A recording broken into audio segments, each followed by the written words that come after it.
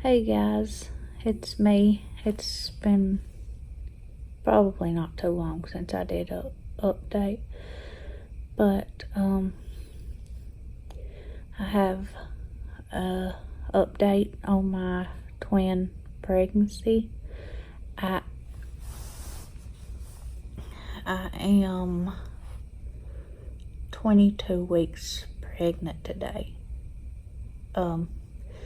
If you can't tell, I am in a hospital room.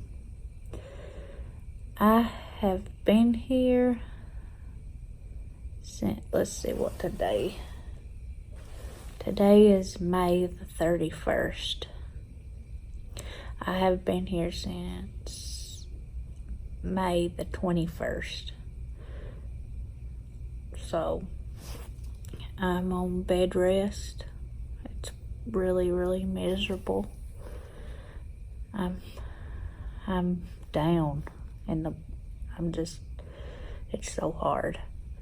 I haven't seen my child.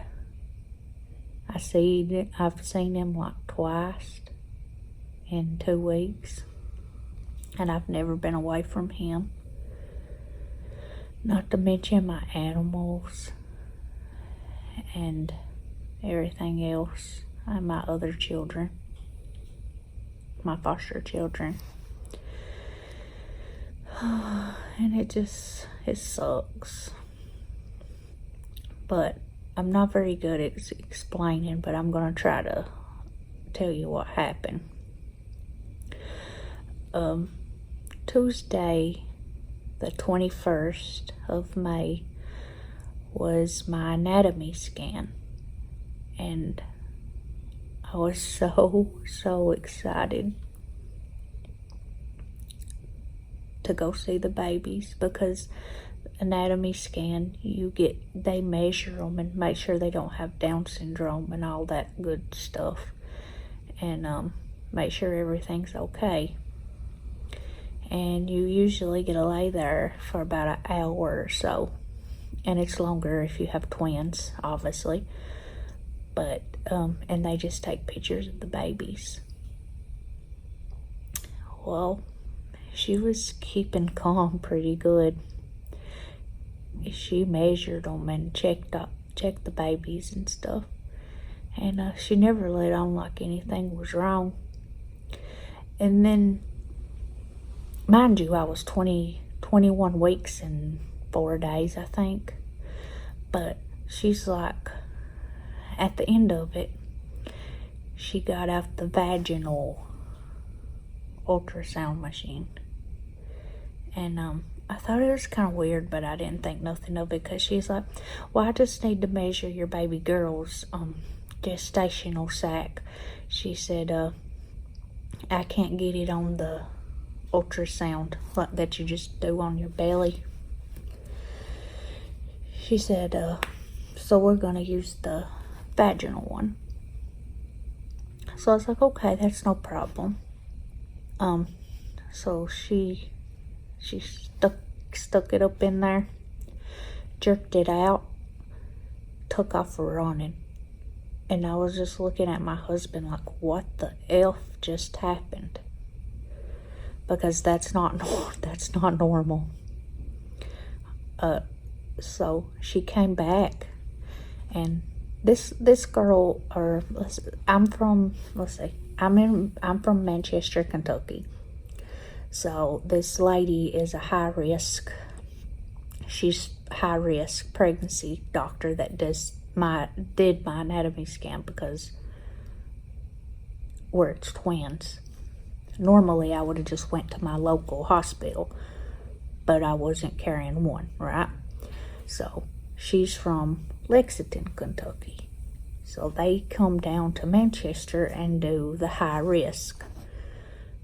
So anyways, she got on a little conference call with some kind of little TV and whatnot. So, well, first she called this guy. She calls this man first, and she told him whatever was wrong with me. I think she said I was dilated, or my cervix was open and the membranes was hanging out. But what the membranes is the gestational sac of your fetus. Well, it's not, it's baby now. I wouldn't consider it a fetus in me 21 weeks. So I heard this guy on the phone. I don't think he didn't know we could hear him. And he says, "Oh my God." And then I knew something was wrong. And I looked at my husband and I just started crying. And then she started panicking after that. So then she done the conference call thing.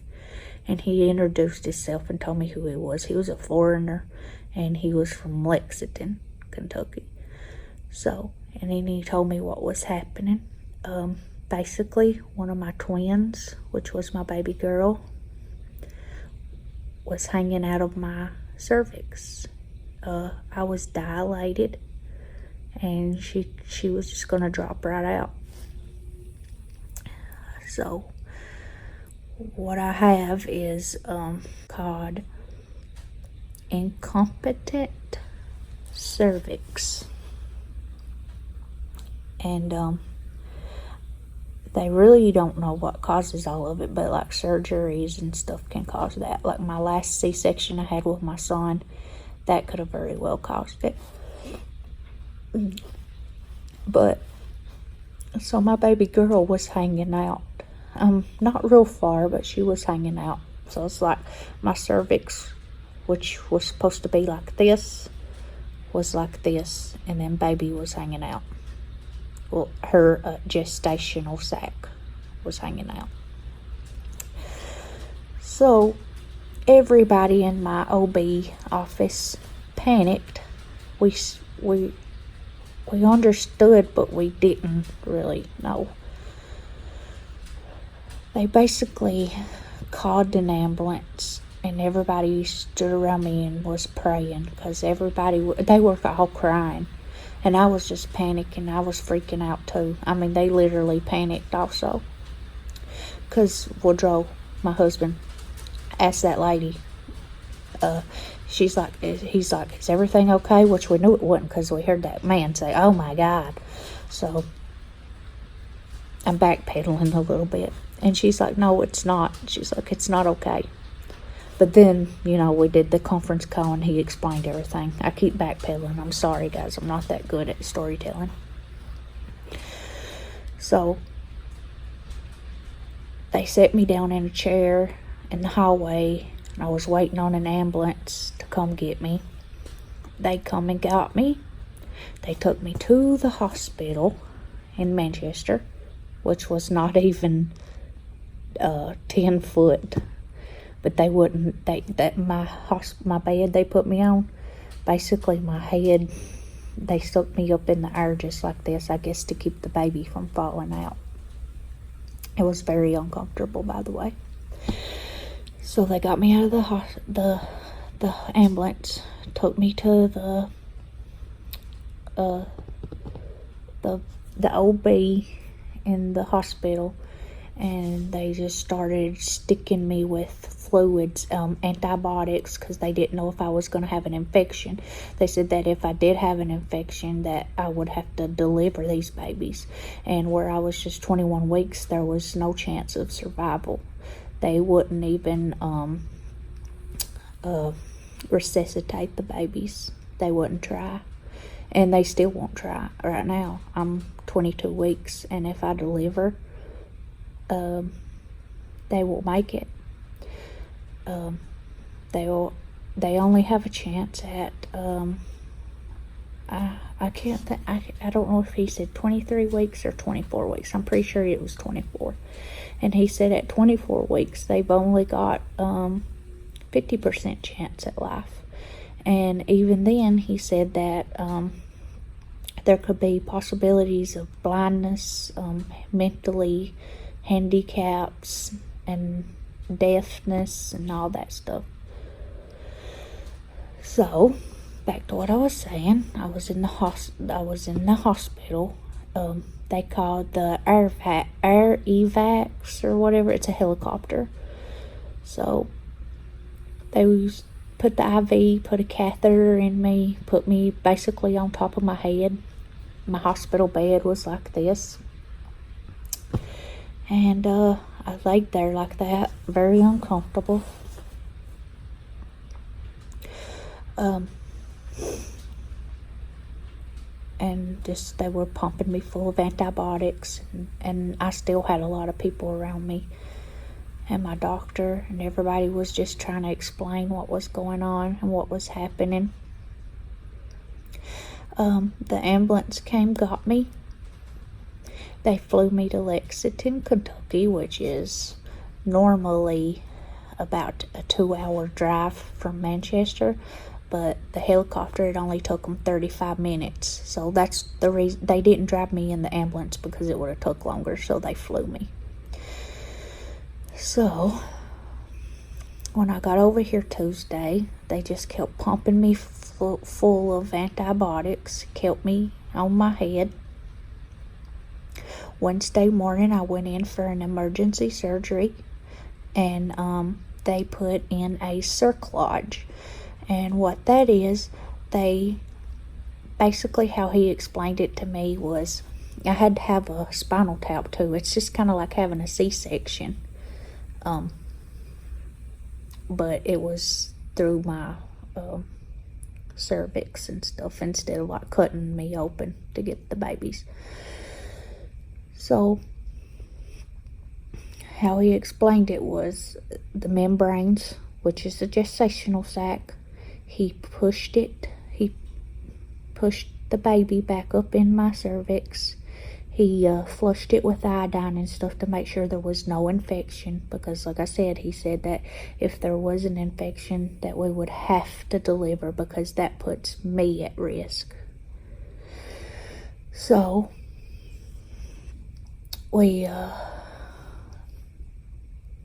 what was I saying? Okay, he pushed the membranes back up in me. The cerclage is a stitch. He basically stitched my cervix back closed, just like this. And then there's something called they've been calling it a balloon, but I think the correct word for it's like a pessary or something like that. Basically it's a balloon, and they shove it up in there too, and it's right against the stitches. So I guess if the stitch breaks, then you have that balloon up there, and it's supposed to hold them in too. That's kind of how I got it explained to me. So they check on the babies every night. The babies are really healthy. They're doing really good. They're kicking the crap out of me, actually, and it makes me so happy. I mean, just to feel them. The little girl, she's abusive, by the way.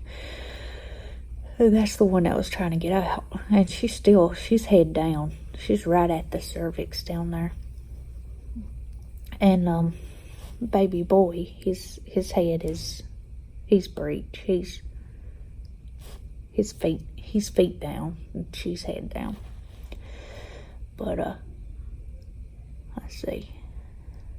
But yeah, I'm on after I got the cerclage, I don't have to lay like that no more. I just gotta lay flat. I can raise up just a little, but I can't see it or nothing. But the babies are doing good now, and my stitch and my stitches and my balloon is holding. I have a catheter in. I'm not allowed to get up. I can't even take a shower or nothing. And I get my hair washed once a week, which is horrible. And it's not by the hospital, the nurses or nothing. My husband or my mother comes and helps me out.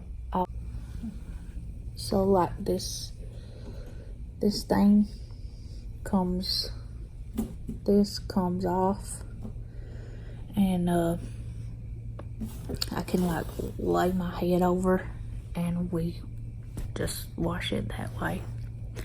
And then I get like basically sponge baths. It's really awful, guys. It really is. And I mean, I look like crap. Just look at the dark rings around my eyes. It's awful. And I've had so many pokes and prods. There's that. It was up here. It was up here.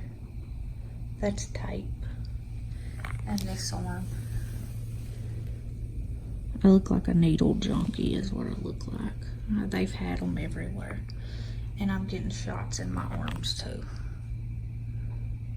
Oh, those are my baby pictures. And my kids brought me that the other day. And right there's what we listen to the babies with. And then look at my arms. I'm getting shots.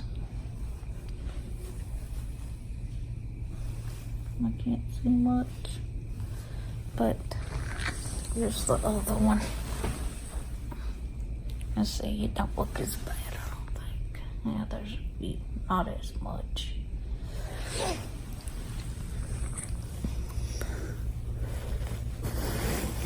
But he says that I am stuck here until at least 28 weeks of pregnancy. I'm 22 weeks. So I have quite a while. He said, I'm not sure if they're going to plan on delivering or what. We really don't know. It's just a waiting game. I'm not sure if he's going to deliver me or just let me go at 28 weeks. Also, someone also said that like the bigger the babies get, they're going to break that cerclage, which is the stitches, that they're going to eventually just come out anyway. So I don't know. But I'm here, guys. And if you pray, just please pray. I know my babies are healthy, but my body just don't want to carry them, I guess. I'm not sure. I mean, I've struggled so much, and then you gotta deal with this too. But it'll be okay. I'm pretty sure I'm gonna take my babies home. I just don't want to go to the funeral. I really don't. I don't want to go bury my babies. I want to take them home with me. And so far, so good. And I'm stuck in this bed, and it's pretty miserable. And my husband's only here on the weekends. So I just lay here staring at a wall. Or the roof. I can't even really look out the window. I can't see much of nothing. And yeah, that's it. I'll insert some of their pictures I've got so far that was hanging up. I have some from the anatomy scan, and I think I just have one more of the little boy. The little girl won't let us take pictures of her because where she's so far down in the cervix and she's face down, we can't get anything of her. But she's the most active. The food is terrible, by the way. And I've been pretty hungry. I basically don't eat much. And they've been trying to come and talk to me but I mean, nothing's gonna help. Because I miss my family. I'm torn between that because I gotta lay here and take care of my babies. But then I have children and I have dogs at the house who I miss dearly. And it's like, I just want to get up so bad. I want to get up. And I can't. My legs, my body is so weak where I've been laying in this bed for 2 weeks. I can't even pick my legs up. It hurts. Here's an example of my food. I did pick this out today, and I haven't tried it yet. And luckily, I got 2 Cokes this time. They usually just give me 1, and it's a Sprite. I've not had nothing else, so luckily I don't have to eat this. My husband is here because it's Friday, You can't hardly see that, I'm sure. But it's Friday. So he just went to Taco Bell to get us something. But I ordered this. It's like noodles and sauce. I don't know if it's gonna taste any good. This is green beans, and the green beans is really, really good. I think this is mashed potatoes. I told him I want green beans and potatoes. Yeah, and normally you don't get a pick. You have a menu and it's the same thing. I mean, like every day they'll have, like on Mondays they have something, Tuesdays, Wednesdays, blah, blah, and it's all the same every week. And it gets old. It gets old fast. Especially when they're bringing you stuff you don't like a Sprite, which I ask specifically for a Coke sometimes, and then I won't get it. And like for breakfast, they're bringing me orange juice. And I hate orange juice, guys. I want apple juice, and I'll ask for apple juice, and they won't give it to me. But I have this here, but I have no milk. But I'm sure my nurse will bring me milk if I need it. But basically, right there is what I can see. And it's just a concrete wall. That's what I get to see. And that's my husband's bed when he stays here on the weekends. So like I said, Monday through Thursday, I'm here by myself. It's not much of a room. I had a nice room. They moved me. I feel like I'm in a dungeon or a basement or something. But that's basically my room. And the bathroom is right here alongside this wall. And then the door's just right there. But yeah, guys. I'm gonna insert some of those pictures over there. And oh yeah, I forgot to say, I've been getting to see some puppies. Every Tuesday I get to see a therapy dog, so it helps a little, not much. You only get to see it for like 10-15 minutes at the most, so it's not that much. But I love seeing them, and I've got to see 2 puppies so far, which is really awesome. So yeah, just if you pray guys, and hopefully the next time I talk to you, it'll be good news. Maybe the babies, because I know I'm not getting out of here anytime soon. I'm still gonna have a baby shower if everything goes good. So yeah, that's about it. I can show you my belly. It's not that big. Right there's my belly.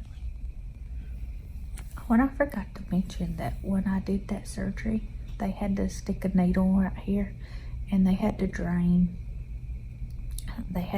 some of the membranes, or the watery stuff that's inside your gestational sac.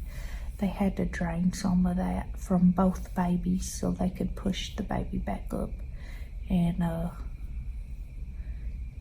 keep them safe from rupturing their gestational sac. So my belly went down quite a bit, and then in 2 to 3 days it went back up. But I was getting huge, but I can't even tell it anymore. But the babies are growing, and the babies are fine, so that's the best thing for them. So I'll see you guys later. Bye bye.